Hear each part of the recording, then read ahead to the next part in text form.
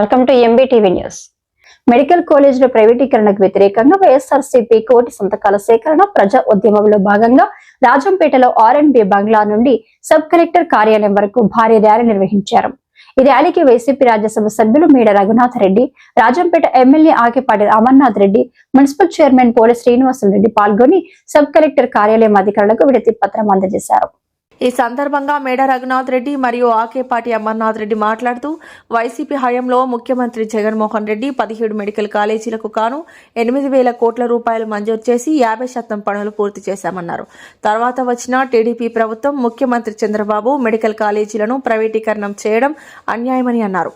ఈ కార్యక్రమంలో పలువురు వైఎస్ఆర్సీపీ నాయకులు పాల్గొన్నారు.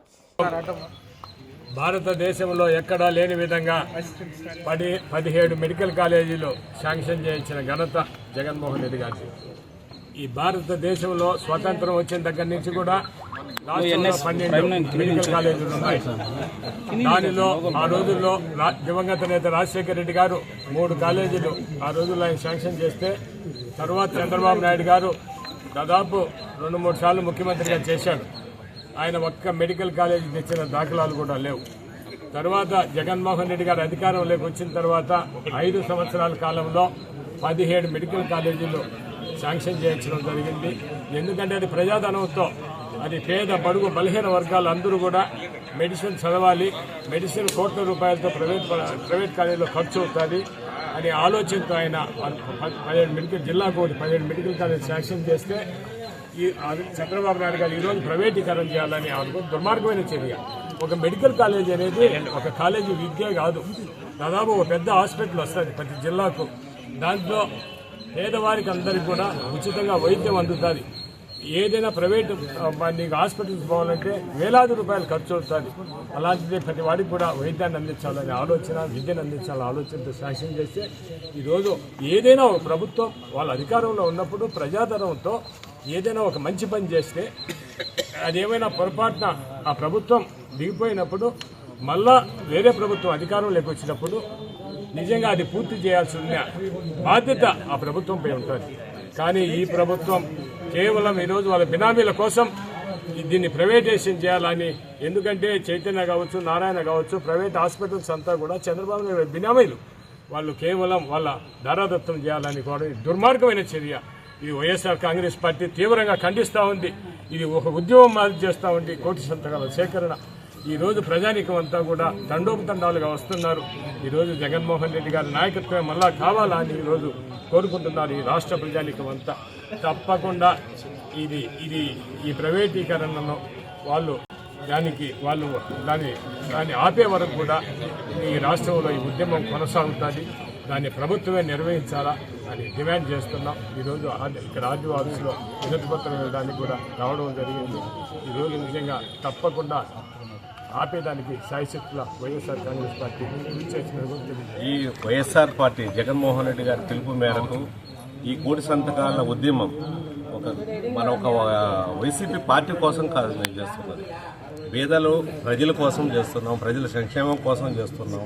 17 మెడికల్ కాలేజీలు ఫస్ట్ టైం ఇంత భారీ ఎత్తున గవర్నమెంట్ 8,000 కోట్లతోటి మొదలుపెట్టారు. 7 కాలేజీలు కంప్లీట్ అయినాయి.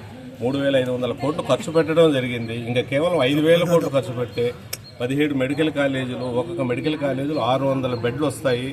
చాలామంది ప్రజలకు, మెడికల్ స్టూడెంట్లే కాదండి, ప్రజల సంక్షేమం ఆరోగ్యం కోసం చాలా ఇంపార్టెంట్గా పెట్టారు. మొదటి నుంచి రాజశేఖర రెడ్డి గారికి కూడా అదే అభిప్రాయం ఉండేది. ప్రజల సంక్షేమం అంటే ఫస్ట్ ఆరోగ్యంగా ఉండాలి, తర్వాత ఏదైనా చేసుకొని బతకగలరనే ఉద్దేశంతో చేశారు. కేవలం ఈరోజు మేము పార్టీ ఉద్యమం ప్రతి కాన్స్టిట్యున్సీలో చేయడానికి పార్టీ స్వార్థం ఏమీ లేదండి.